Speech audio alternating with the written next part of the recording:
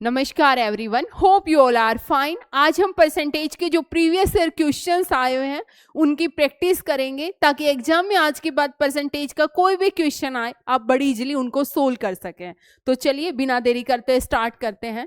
हमारा first question है, if the side of A square increase by 20%, what is the percentage change in its area. यदि किसी square की, देखो आपको मैं एक्सप्लेन करूंगी क्यों, ये कोई स्क्वायर है जिसकी सभी साइडें क्या रहती है, इक्वल रहती है।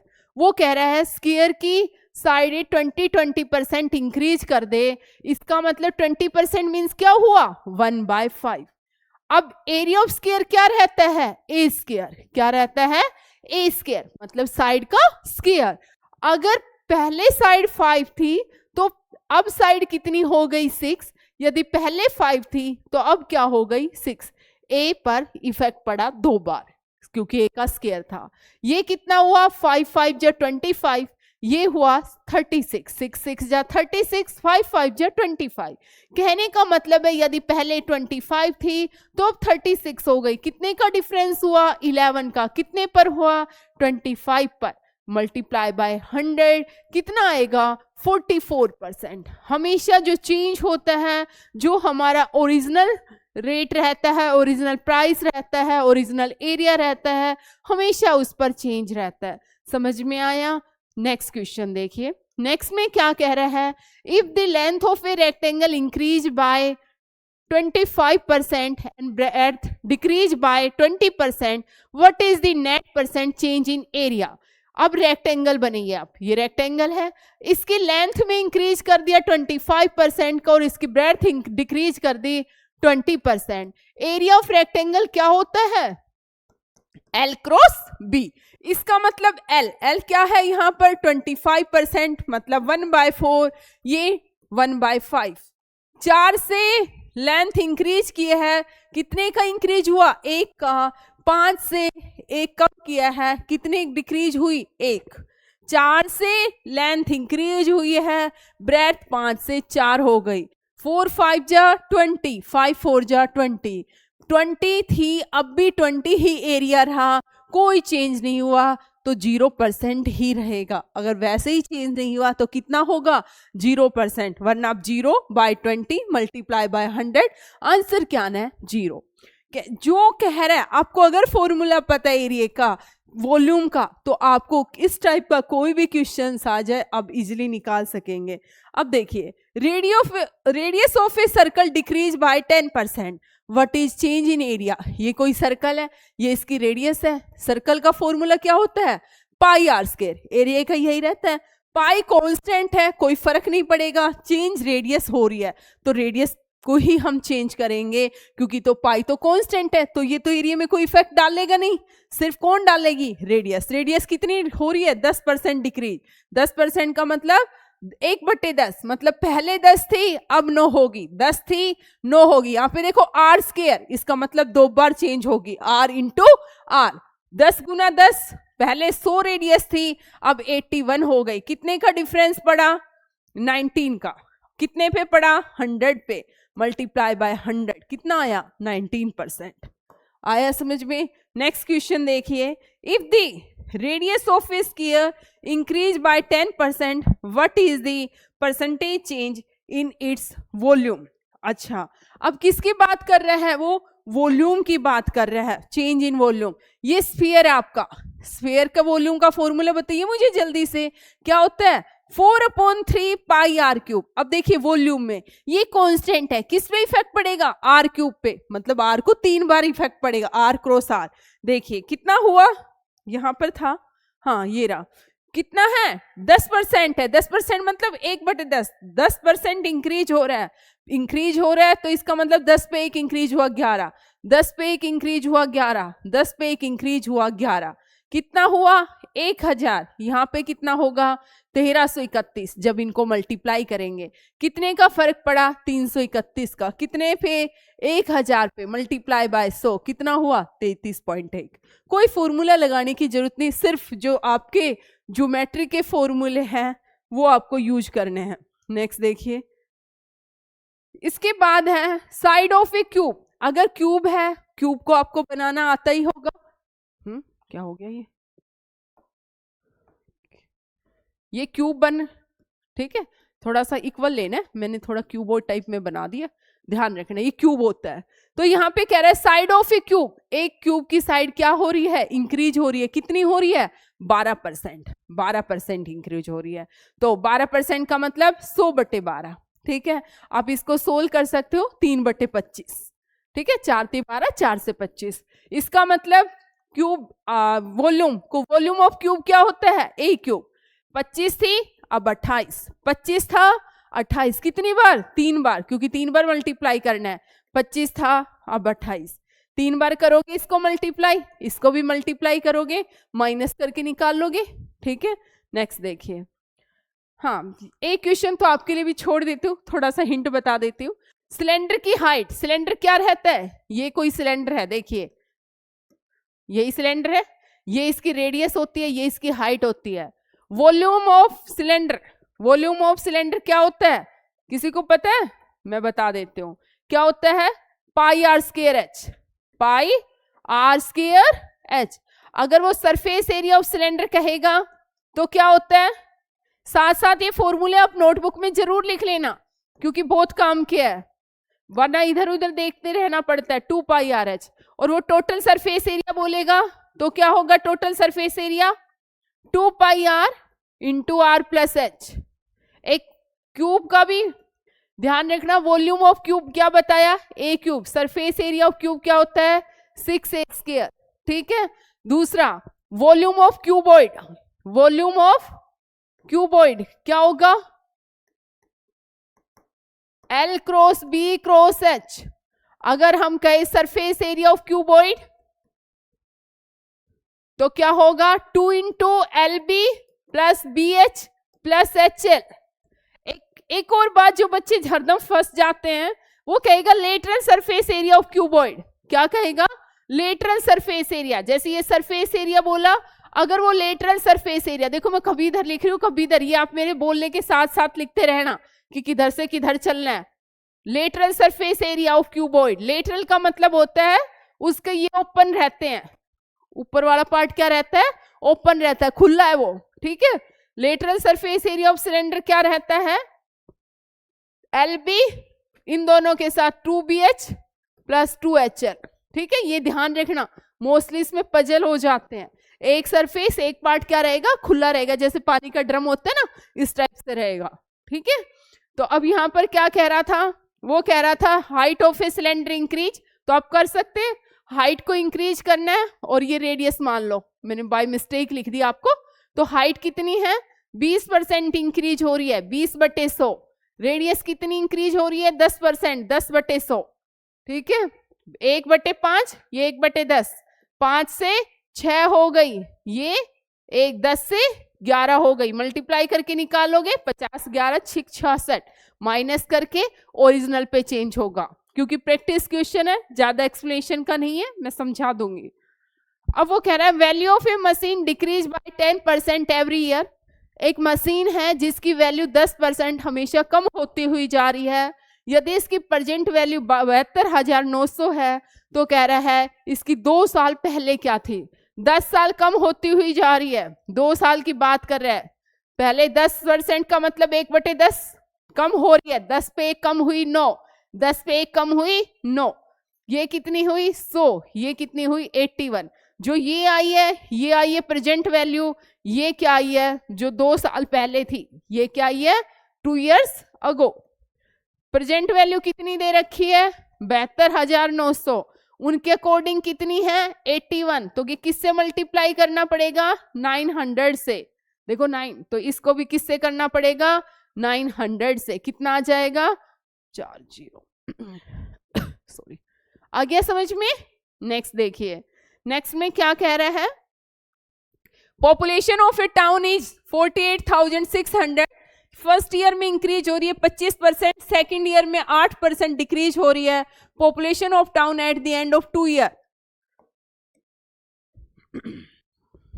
फर्स्ट ईयर 25%, 1/4, दूसरे साल 8% डिक्रीज हो रही है। 8% का मतलब 8/100, 4/25, 4/25। इसका मतलब 4/25। अब देखिए पहले साल इंक्रीज हुई है तो 4 से क्या हो गई 5, दूसरे साल डिक्रीज हुई है 8 पर, मतलब 25 से 4 डिक्रीज हो गई, कितनी होगी 21, यही होगा। ओ ये 2 हुई है, 2 बटे क्या कर दिया मैंने, 4 दूनी 8, हाँ सही है। 25 से 2 कम हुई है 23 होगी भैया, 25 से 2, ये 2 आएगा, ठीक है। 8/100 का मतलब 4 दूनी 8, 4 से 25, 25 में से 2 डिक्रीज हुई है 8%, यहाँ पे 100 आएगा, यहाँ पर 115 आएगा। वो क्या कह रहा था कि ये है 48,600, 48,600, 2 साल पहले की बात कर रहा है, देखो ठीक है, फर्स्ट ईयर। तो 2 साल बाद क्या होगी, अगर ये 48,600 कब आएगा, जब मैं इसको 486 से मल्टीप्लाई करूंगी, तो इसको भी 486 से मल्टीप्लाई करोगे, 486 गुना 115, कर लोगे ये आप, है ना, शायद मेरे हिसाब से एक बार ये कर लेना, शायद पता नहीं 56,900 या 55,900, हाँ कुछ ऐसी वैल्यू आएगी, एक बार ये मल्टीप्लाई करके देख लेने, शायद मिस्टेक हुई होगी, ठीक है। नेक्स्ट देखिए, नेक्स्ट में क्या है, अब ये मत कह देना मल्टीप्लाई नहीं आता है, आपका कोई भरोसा भी नहीं है, नहीं। तो अब ये कह रहा है यदि शुगर के प्राइस, ये मैंने एक डाला भी था क्वेश्चन पहले भी, तो देखना, यदि शुगर के प्राइस 20% इंक्रीज हो गए तो एक गृहिणी को इसकी खपत में क्या कितनी कमी कर देनी चाहिए कि खर्च पर कोई प्रभाव ना पड़े। एक बात, तो हम क्या करते थे, जैसे हम पहले 10 किलो प्याज खरीदते थे, अगर जैसे रेट बढ़ गए हम प्याज क्या कर देते थे, कम कर देते थे खरीदने, ऐसा ही रहता है। तो हम मतलब खपत में कम कर देते हैं। तो खर्च क्या होता है, खर्च का मतलब रहता क्या है कि आपने किस रेट से कितना सामान खरीदा और कितने किलो खरीदा, मतलब कितनी खपत हुई या कितनी कंजप्शन हुई उस सामान की, है ना, यही होता था। भाई आपने किस रेट से सामान खरीदा, आपने 10 किलो प्याज खरीदी, 10 किलो प्याज खरीदी 5 रुपए पर केजी के हिसाब से, तो कितने रुपए खर्च हुए आपके, कितने खर्च हुए 50 रुपए, वैसे आजकल 20 रुपए किलो प्याज है ना, तो खर्च ये हो गया। अब यहां पर देखिए, price of A sugar increase by 20%, 20% का मतलब आप देखिए कितना होता है कि पहले अगर 100 खर्च हो रहा था, अब 120 खर्च हो रहा है। जहां पहले वाला खर्च हम निकाल रहे हैं, जहां पहले रेट खर्च 100 रुपए हो रहा था, अब उसकी खपत सी, ये पुराने वाले है ओड, ठीक है। अब उसका खर्च क्या होगा, हमने कहा खर्च 120 हो गया, तो हमारी कंजप्शन नई वाली निकल के आएगी। वो दोनों साइड खर्च क्या कह रहा है, क्या होगा, बराबर है, खर्च पर कोई प्रभाव नहीं पड़ रहा। इसका मतलब कहीं ना कहीं ये भी इक्वल होगा। और आपको पता है ये डायरेक्ट निकाल लेनी चाहिए, देखो अभी तो मैं इसमें बता रही हूँ, कैसे बताऊंगी, 100 गुना सी ओड इक्वल टू 120 गुना सी न्यू। यहां पर क्या आ जाएगा, 100 upon 120 equal to C new upon C old, आ गया। कितने का अंतर है, 20 का, 20 का अंतर है। अंतर हमेशा किस पे, देखो पहले जहां 100, इसका मतलब क्या हुआ कि जहां पहले 120 खर्च हो रही थे रुपए, अब कंजप्शन हो रही 120 किलो हो रही थी, अब कितने किलो हो रही है, 100 किलो। अब कितने किलो हो रही है, 100 किलो। कितने का डिफरेंस आया, 20 किलो का। 20 किलो का डिफरेंस किस पे आया, 120 पर। परसेंटेज के लिए 100 से मल्टीप्लाई जब सोल्व करेंगे, 16 सही 2/3% आंसर आएगा। आया समझ में, या दोबारा बताऊं, एक और देखो क्वेश्चन, क्योंकि ये कहां से बीच में, अच्छा चलो। अब वो कह रहा है, ऐसे क्वेश्चन फिर और आएंगे, डाले हुए बीच में बाय मिस्टेक डल गया। If the income of A is 20% less than income of B, then what percent is income of B more than income of A?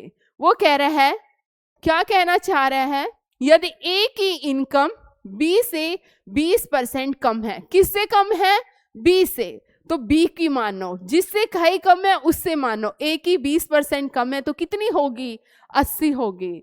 अब वो कह रहा है तो B की इनकम A से कितनी ज्यादा होगी। अगर मेरे पास 5 रुपए कम है आपसे, तो इसका मतलब परसेंटेज में ये नहीं कि आपके पास मेरे से 5% ज्यादा है, परसेंटेज में ये रेशियो चेंज हो जाता है। देखिए कैसे, दोनों का डिफरेंस निकालिए 20। किससे पूछ रहा है वो? इनकम ऑफ ए से। जिससे पूछे वो नीचे आएगा मल्टीप्लाई बाय 100, 25%। देखो पहले 20% कम थी, अब क्या आ गई? 25% ज्यादा आ गई। आया समझ में?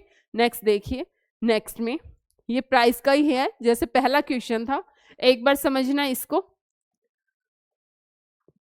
यदि किसी कमोडिटी के 20% बढ़ते हैं, मतलब आप ये समझ लो किसी सामान का रेट 20% बढ़ गया है और उसकी खपत में 10% की कमी आ गई है। सबसे पहले आप यहां पर क्या लिखोगे? खर्च। आई से डिनोट कर दो इनकम, कुछ भी। यहां पर क्या लिखोगे? प्राइस, कितने का प्राइस है और कितनी कंजप्शन हो रही है, सी लिख दो। ठीक है, आया समझ में? अब यहां पर देखिए, कमोडिटी इंक्रीज बाय, प्राइस 20% बढ़ गए हैं, मतलब पहले 100 थे, इधर ही ऐसे ही लिखना है, तो अब कितने हो गए? 120। उसके बाद कह रहा है कंजप्शन कितनी होगी है? 10% कम। अगर पहले 100 थी तो अब कितनी हो गई है? 90। यही कहना चाह रहा है। तो वो कह रहा है खर्च बढ़ गया है। कितना बढ़ गया? देखो यहां पर आता है तो कितना आता है? 10,000 आ रहा है। यहां पर आ रहा है 12 में 108, 20। कितने का फर्क पड़ता है? 800 का। और कितने पर पड़ता है? 10,000 पर। मल्टीप्लाई बाय 100 कर दिया। 2 से 2, 2 से 2, कितना हो गया? 8%। देखो पहले 10,000 था, अब 10,800 बढ़ा है, तो क्या हुआ है? 8%। बहुत धीरे से समझाया है, बहुत प्यार से, शायद समझ में आ गया होगा। नेक्स्ट देखिए,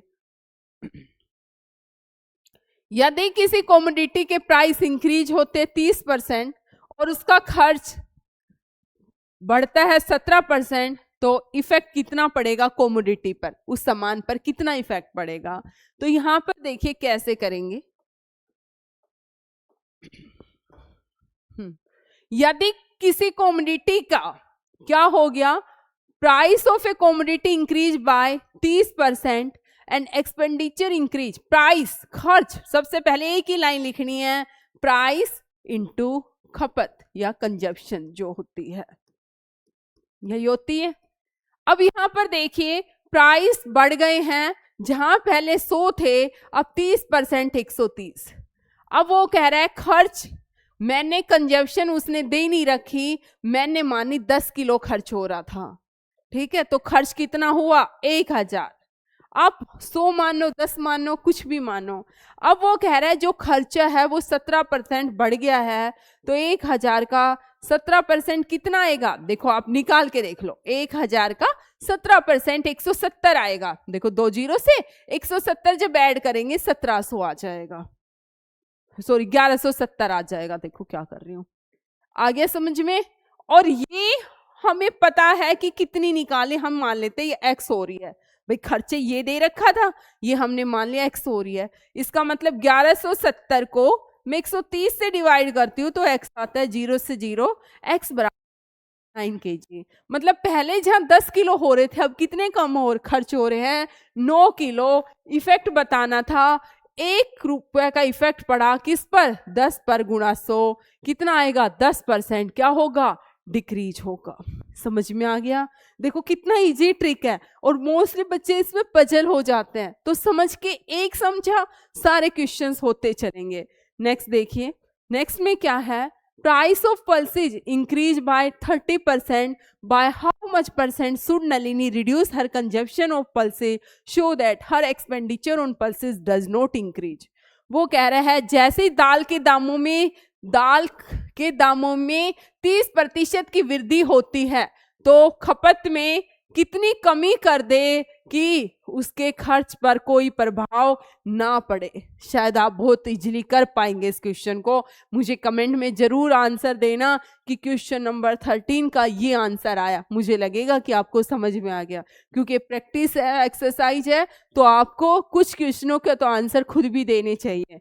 नेक्स्ट देखिए, नेक्स्ट में क्या कह रहा है, मंथली इनकम है एक आदमी की 6,000 रुपए, कोई मैन है उसकी मंथली इनकम 6,000 है और उसका जो खर्च है वो 5,000 रुपए है। अगर 6,000 की इनकम है और उसमें से वो 5,000 खर्च कर रहा है, इसका मतलब वो 1,000 रुपए की सेविंग कर रहा है। नेक्स्ट ईयर उसकी जो मंथली इनकम है वो 20% बढ़ जाती है, 6,000 का 20% 1,200 होगा, मतलब वो 7,200 हो जाती है। और जो उसकी सेविंग है वो 40% बढ़ जाती है, 1,000 का 40% मीन्स कितना होगा, वो 400, तो 1,400 हो जाती है। कितनी हो जाती है, 1,400। वो क्या पूछ रहा है कि उसका खर्चे पर क्या प्रभाव पड़ेगा, कितने परसेंट। देखो 7200 इनकम, 1,400 खर्च हो गए, कितने बचे, 5800, 5800 बचे।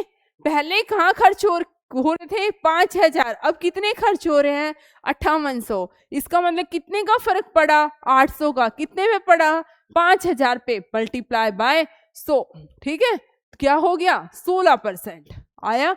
तो आंसर क्या आएगा आपका, 16% इफेक्ट पड़ेगा। नेक्स्ट देखिए, वो कह रहे हैं किसी टेबल की मार्केट प्राइस को 8% कम कर दे। मार्केट प्राइस वो प्राइस होता है जब हम कोई भी सामान खरीदते हैं तो उसके टैग पे जो लिखी हुई होती है स्लिप, उस पे जो टैग लगा रहता है उस पर जो प्राइस मेंशन होता है उसे मार्केट प्राइस बोलते हैं। हम जब भी ऐसा क्वेश्चन कहे तो परसेंटेज में मैंने हमेशा बता रखा आपको, कोई फॉर्मूला यूज नहीं करना। मार्केट प्राइस आपका 100% मान लो या 100 यूनिट मान लो, जो आपको मानना है। 100% है, उसमें से 8% कम कर देता है, वो 92% की पड़ रही है वो आपको। लेकिन वो जब घर लेके आ रहा है वो कह रहा है भाई मैंने तेरी टेबल से 8% कम कर दे, डिस्काउंट कर दिया, तू मुझे 4,600 रुपए दे दे। वो कितने की पड़ रही है, 4,600 की। परसेंटेज में देखे तो 92% की पड़ रही है, अगर वैसे देखे तो कितने की पड़ रही है, 4,600 की। वो आदमी कहता है मुझे परसेंटेज नहीं आता, मुझे सिंपल बताओ। कहता है दुकानदार भाई तू 4,600 रुपए दे दे। इसका मतलब 92% 4,600 के इक्वल है। 1% क्या होगा, 4,600 अपॉन में 92। आपको तो 100% निकालना था, इसलिए मैं 100 से मल्टीप्लाई कर रही हूँ। ये 5 से जाएगा और ये क्या हो जाएगा आपका, 5,000। आया समझ में, क्या हो जाएगा, 5,000 उस पर मार्केट प्राइस मेंशन था। नेक्स्ट देखिए, नेक्स्ट में क्या कह रहा है, ये हाइट का क्वेश्चन है, आप कर लेंगे, काफी इजी है, नहीं करवाऊंगी। नेक्स्ट है, अगर कोई चीज है, मतलब ये एक जनरल है कि कोई बढ़ रही है, घट रही है, दोनों घट रही है, दोनों बढ़ रही है, मतलब कुछ भी हो रहा है। और जब भी कभी, चाहे प्रॉफिट लॉस हो, परसेंटेज हो, रेशियो प्रपोर्शन हो, जब भी नेट इफेक्ट पूछे तो आपको ये चीज याद रखने, एक रिलेशन होता है XY बाय 100। बीच में आप जनरल प्लस मान लो। वैसे क्या रूल होता है, जब कोई चीज इंक्रीज हो रही है उसके सामने प्लस लगा दो, डिक्रीज हो माइनस लगा दो। यहाँ पे increase plus, decrease minus upon 100, या दोनों इंक्रीज है तो दोनों के साथ प्लस प्लस, दोनों डिक्रीज है तो दोनों के साथ माइनस माइनस। इस रिलेशन को जरूर याद रखना, क्योंकि ये मैथ्स का एक ऐसा रिलेशन है जो हर क्वेश्चन को करवा देता है। ठीक है, तो आपको क्या करना है, पहले वो 20% इंक्रीज हो रही है, फिर 20% डिक्रीज हो रही है, जमा 20 गुना घटा 20/100। जब इसको सोल्व करेंगे -4 आएगा, और माइनस आने का मतलब 4% का उसे लॉस हो रहा है। ठीक है, कुछ कुछ क्वेश्चंस आप भी खुद भी करेंगे। ठीक है, नेक्स्ट क्वेश्चन देखिए, वो कह रहा है कि पहले 10% इंक्रीज हुई, फिर 20% हुई और फिर डिक्रीज हुई। पहले 2 से निकालो, कैसे निकालोगे, मैं सिर्फ हिंट बता रही हूं आपको, मुझे आंसर बताना। 10 जमा 20, पहले 2 आएगा, देखो 20, क्योंकि दोनों इंक्रीज हो रही है तो क्या आएगा, 2। आ गया समझ में। अरे 10 जमा 20 30, 32 आया भाई। 20 जमा 30 जमा 2 32। अब ये 32 घटा 20 जमा 32 गुना 20 बटे में 100 कितना आएगा, ये देखिए 12 जमा का 6.4, 32 दूनी 64, ये आएगा 18.4। आ गया समझ में। ठीक है, 32 ये कम हो रही थी तो ये भी माइनस होगा, ये माइनस होगा क्योंकि ये माइनस हो रहा है, और ये 12 में से करेंगे 6 और ये 11 में से 5.6% आएगा। ठीक है, इसका आंसर नहीं था। 9/16 को परसेंटेज में कन्वर्ट करना है, कैसे करेंगे? 9/16 का मतलब क्या होता है, आप बताइए क्या होता है?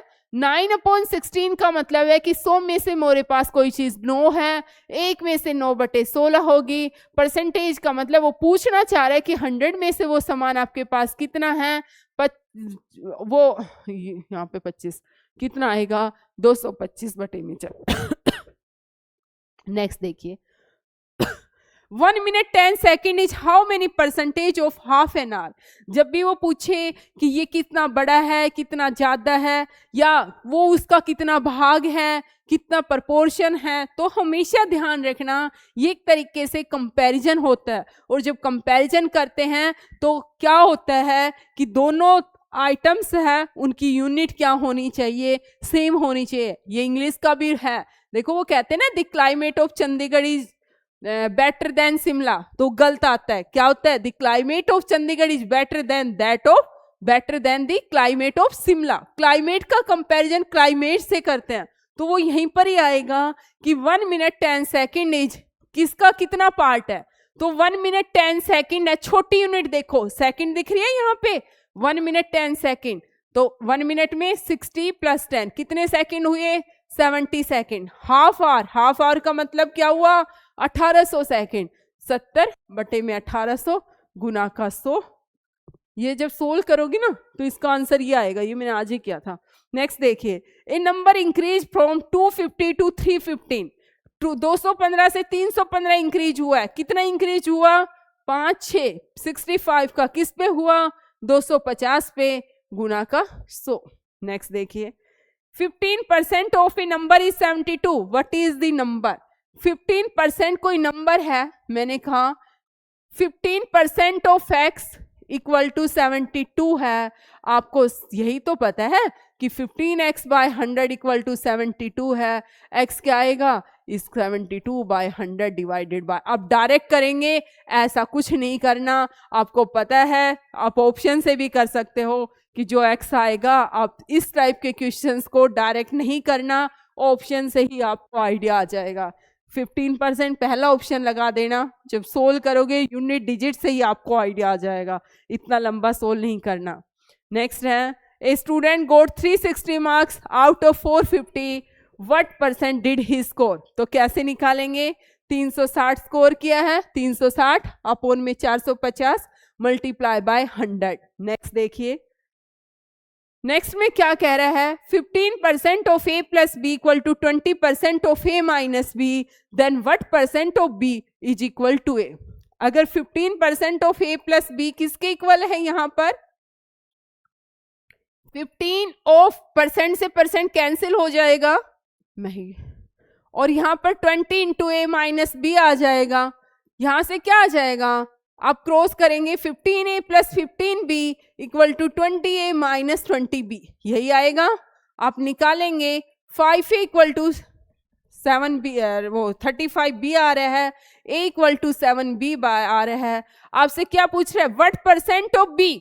What % of b? मैंने कहा x% ऑफ b = a है, तो इसका मतलब x क्या आएगा? a/b अपॉन में 100 इंटू में 100 सॉरी, तो a/b मल्टीप्लाई बाय 100 कितना आएगा? 7 × 100 कितना आ जाएगा? 700%। तो आपका आंसर क्या रहेगा? 700%। नेक्स्ट देखिए, वो कह रहे हैं two numbers are respectively 12 × 1/2% and 25% more than the third number, then the first number is what % of the second number? दो नंबर हैं, वो तीसरे नंबर से, मोस्टली हम क्या करते हैं कि तीसरे नंबर को 100 उठाते हैं, लेकिन ये क्वेश्चन मैंने इसलिए उठाया क्योंकि 100 उठाने पे हमारे पास क्वेश्चन की जो कैलकुलेशन है वो बहुत ज़्यादा लेंथी होती है।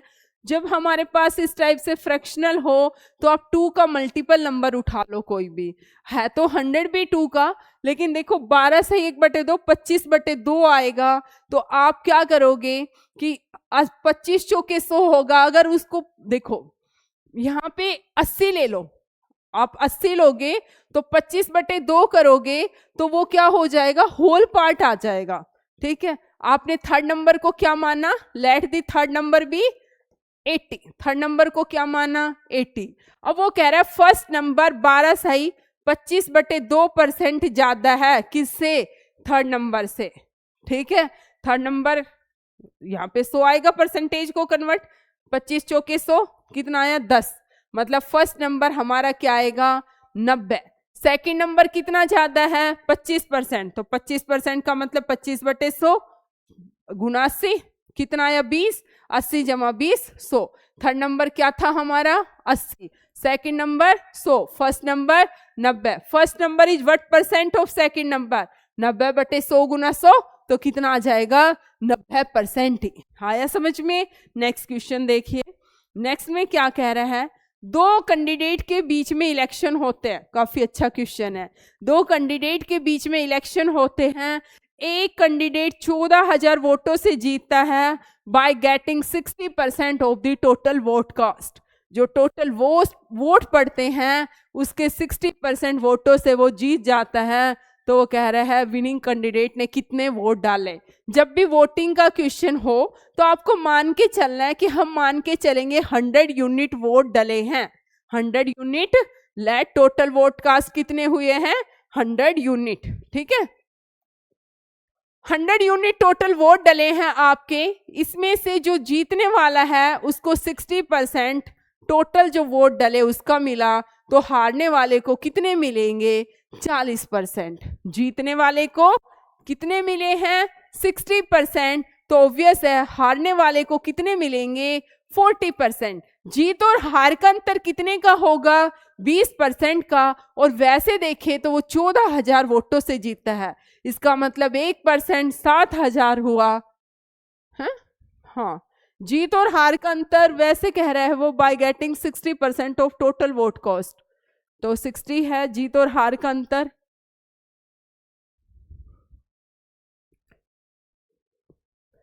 हाँ वो, हाँ 1% बराबर 7,000, वो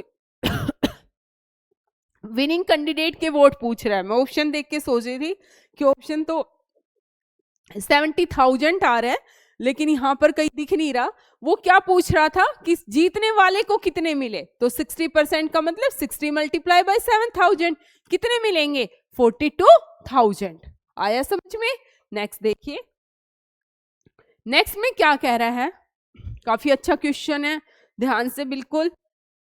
और ऐसे क्वेश्चनों को ना नोटबुक में लिख लिया करो, ताकि एग्जाम के टाइम एक बार जब आप रिवाइज कर रहे हो तो प्रैक्टिस कितनी भी करो, फिर भी देखो प्रैक्टिस तो करनी बेस्ट है, लेकिन फिर भी आप लिख लिया करो कि क्या पॉइंट हम भूल सकते हैं, कहाँ पे हमारी मिस्टेक हो सकती है।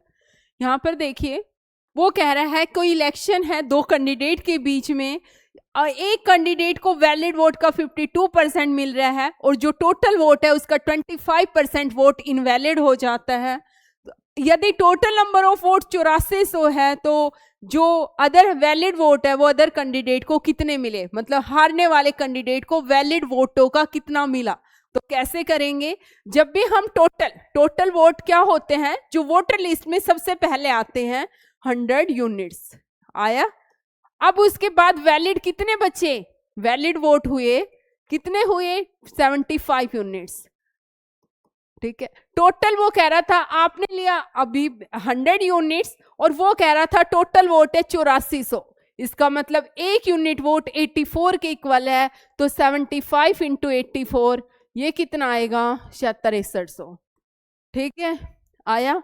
अब यहाँ पर जीतने वाले को 52% ऑफ वैलिड वोट मिला है, तो हारने वाले को कितना मिलेगा 100 में से 52 को माइनस करो 48% of valid vote, 48% of valid vote, 48% of valid vote 63/100 कितना आएगा 3024। समझ में आया, सोल्व करना आ गया कैसे करना है। बस इस चीज को ध्यान रखना कि ये 52% ऑफ वैलिड वोट है, तो वैलिड वोटों का निकालना ना कि टोटल वोट ले लेना। समझ में आया, अगर ये लाइन याद रहेगी तो क्वेश्चन गलत नहीं होगा। नेक्स्ट और देखिए, नेक्स्ट में क्या कह रहा है, एग्जामिनेशन हो रहा है दो कैंडिडेट के बीच में, उसमें क्या कह रहा है 42% कैंडिडेट है जो मैथ्स में फेल हो जाते हैं, 52% इंग्लिश में फेल हो जाते हैं, 70% दोनों में फेल हो जाते हैं और 46 कैंडिडेट ऐसे हैं जो दोनों में पास हो रहे हैं। तो what is the total number of student? जब भी ऐसा क्वेश्चन हो तो हमेशा वेन डायग्राम से करना है। वेन डायग्राम क्या होता है मैं बता दूं एक बार। ये एक सब्जेक्ट है, ये दूसरा सब्जेक्ट है, और जो ये इनका बीच का पार्ट है ना, ये आप मानो ये कॉमन पार्ट है। ये क्या है? हमारा कॉमन है। अब वो क्या कहना चाह रहे हैं, 42% आपके किसमें फेल हुए हैं? मैथ्स में। उसके बाद 52% कैंडिडेट इंग्लिश में फेल हुए हैं और 17% कैंडिडेट वो हैं जो दोनों सब्जेक्ट में फेल हो गए। तो टोटल फेल कितने निकालेंगे हम?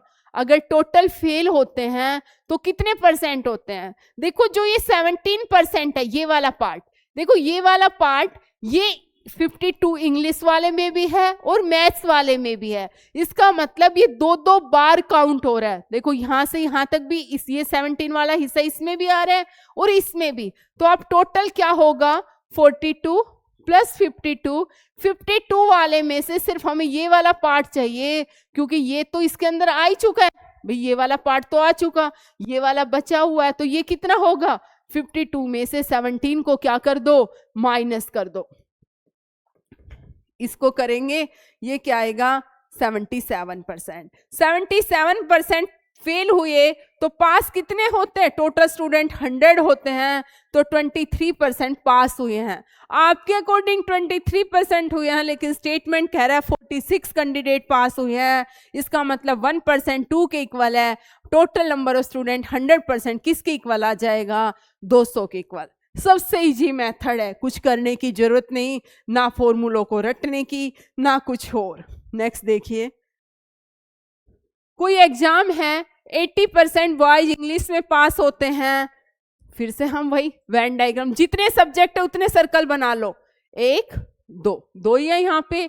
80% इंग्लिश में पास होते हैं, 85% मैथ्स में पास होते हैं, ये इंग्लिश है ये मैथ्स है, और 75% दोनों में पास होते हैं। तो टोटल पास कितने होंगे? 80 प्लस 85। ये वाला पार्ट है, फिर से 2 बार इंक्लूड हो रहा है, हमें तो ये चाहिए, क्योंकि 80 के अंदर 75 हो चुका, तो उसको माइनस कर दो, ये 90% आएगा। 90% बच्चे पास हैं, तो फेल कितने होंगे? 10%। फेल कितने होंगे?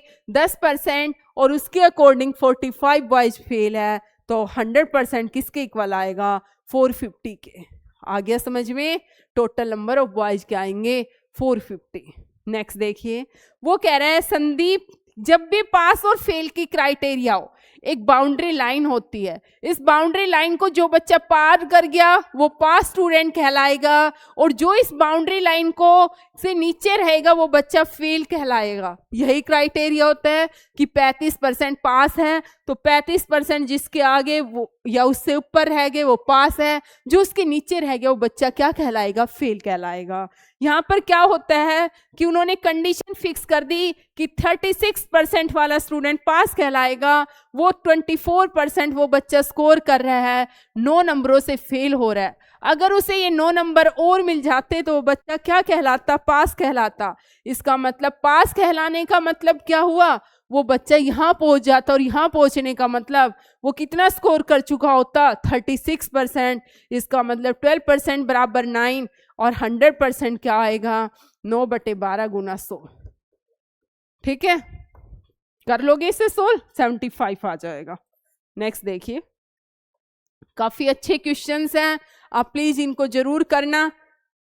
अब वो कह रहा है कोई कैंडिडेट है जो 40% अपना स्कोर करता है, फिर से वही क्राइटेरिया दे दिया, 40% स्कोर करता है और 15 नंबरों से फेल हो जाता है। अगर उसे ये 15 और मिल जाते तो वो बच्चा यहाँ पहुंच जाता। दूसरा बच्चा है 70% स्कोर करता है और 75 ज्यादा रहता है, अगर मैं इस 70 वाले में से 75 घटा दूं वो भी इस क्राइटेरिया पर पहुंच जाता।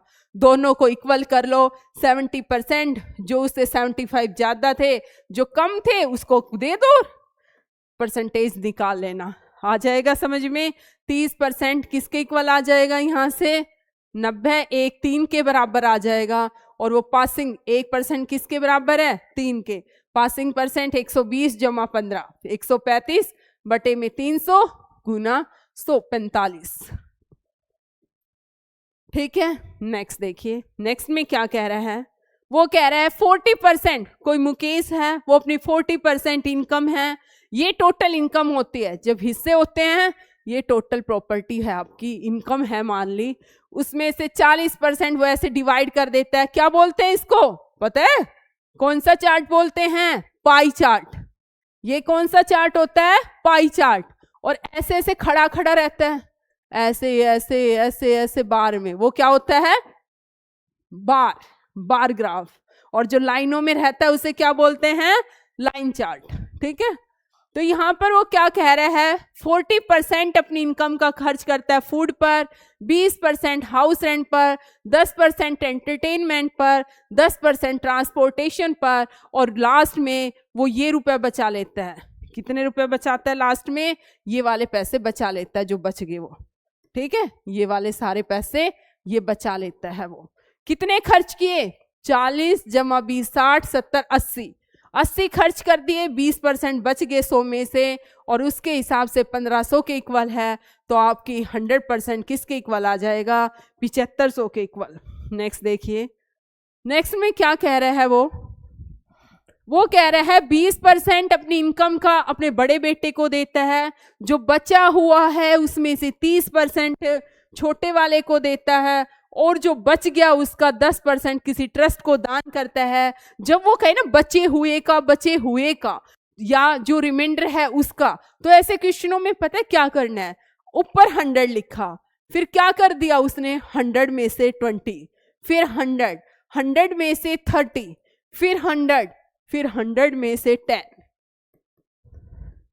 और जो बच गया उसको साथ में लिख दो। जब इसको सोल्व करोगे तो ये आंसर आएगा 24,428.57।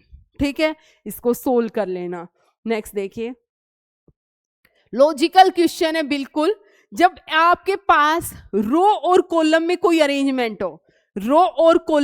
अरेंजमेंट हो, कभी भी ऐसे क्वेश्चनों को सोल्व मत करने बैठना, आप ऑप्शन से करना। यहाँ पर मैंने ऑप्शंस नहीं दिए, एक और वीडियो में परसेंटेज की बनाऊंगी, वहां पर ऑप्शंस जरूर दूंगी इस टाइप के क्वेश्चंस के। तो क्यों, देखो जब वो कह रहा है, एक मैं बता रही हूं कि 120 स्टूडेंट है, उनको रो और कॉलम में बैठाना है। ये हॉरिजॉन्टल लाइन है, इनको रो बोलते हैं, और जो ये वर्टिकल लाइन होती है इनको हम कॉलम बोलते हैं। क्या बोलते हैं, कॉलम बोलते हैं, ये पता ही होगा। तो रो और कॉलम में तो जो टोटल नंबर ऑफ स्टूडेंट होते हैं ना, जो टोटल नंबर ऑफ स्टूडेंट होते हैं वो किसके इक्वल होते हैं, कि नंबर ऑफ रो कितनी है, number of row multiply by number of column, m into n। तो जो 120 स्टूडेंट हैं, इसके ऐसे पेयर बना लो, जैसे 12 गुना 10, या तो 12 10 आंसर होगा, या फिर क्या हो सकता है 120 का 30 4 आंसर हो सकता है, या फिर और भी जो भी फैक्टर बन रहे हो 120 के, इस तरीके से फैक्टर बना के अब देख लिया करो। ठीक है, 15 8 120 जो है दिमाग में आए वो लिखते रहा करो, ऑप्शन से ज्यादा आइडिया। अगर मैं 12 और 10 लेती हूं तो देखो वो कह रहा है number of student in each row is 20% more than the number of column. अगर नंबर ऑफ देखो कॉलम में 10 है, तो जो रो में बच्चे हैं वो उसका कितना ज्यादा है, 20% ऑफ 10, 20% ऑफ 10, 20 बटे में 10 गुना 2 ही आएगा, 10 जमा 2 12। यही ऑप्शन, पहले वाला ऑप्शन इसको सेटिस्फाई कर रहा है। बात समझ में आई? ये एक तरीके से एक मैट्रिक्स होती है। ये क्या होती है, एक मैट्रिक्स। ऐसे रो और कॉलम में अरेंज करते हैं, तो आप ये देख लिया करो ये किसका मल्टीपल हो रहा है, और उसके मल्टीपल में जो कह रहा है कि नंबर ऑफ रो कॉलम से 10% ज्यादा है, इसका मतलब छोटे वाला कॉलम है, बड़े वाला रो। और एक बात बताऊं, जो ये m क्रॉस n होता है, इसमें हमेशा पहले वाला रो रहता है और दूसरे वाला कॉलम रहता है। ठीक है, तो अब जैसे नेक्स्ट क्वेश्चन है 108, 12 गुना 9 है, 18 गुना 6 है। अब करके देख लेंगे। अब क्या करना है, 10% लेस देन 0। लेकिन पता नहीं क्यों कोई भी मुझे कोई आंसर ही नहीं बताता, मुझे लगता ही नहीं कि कोई पढ़ता भी है।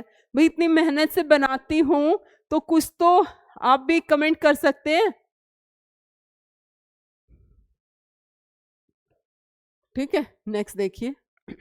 हाँ, ये क्वेश्चन मैंने आपके लिए ही दिया है, ये लास्ट क्वेश्चन है, इसको एक बार देख लीजिए कि ratio boys to girls in a school is 4:1 है।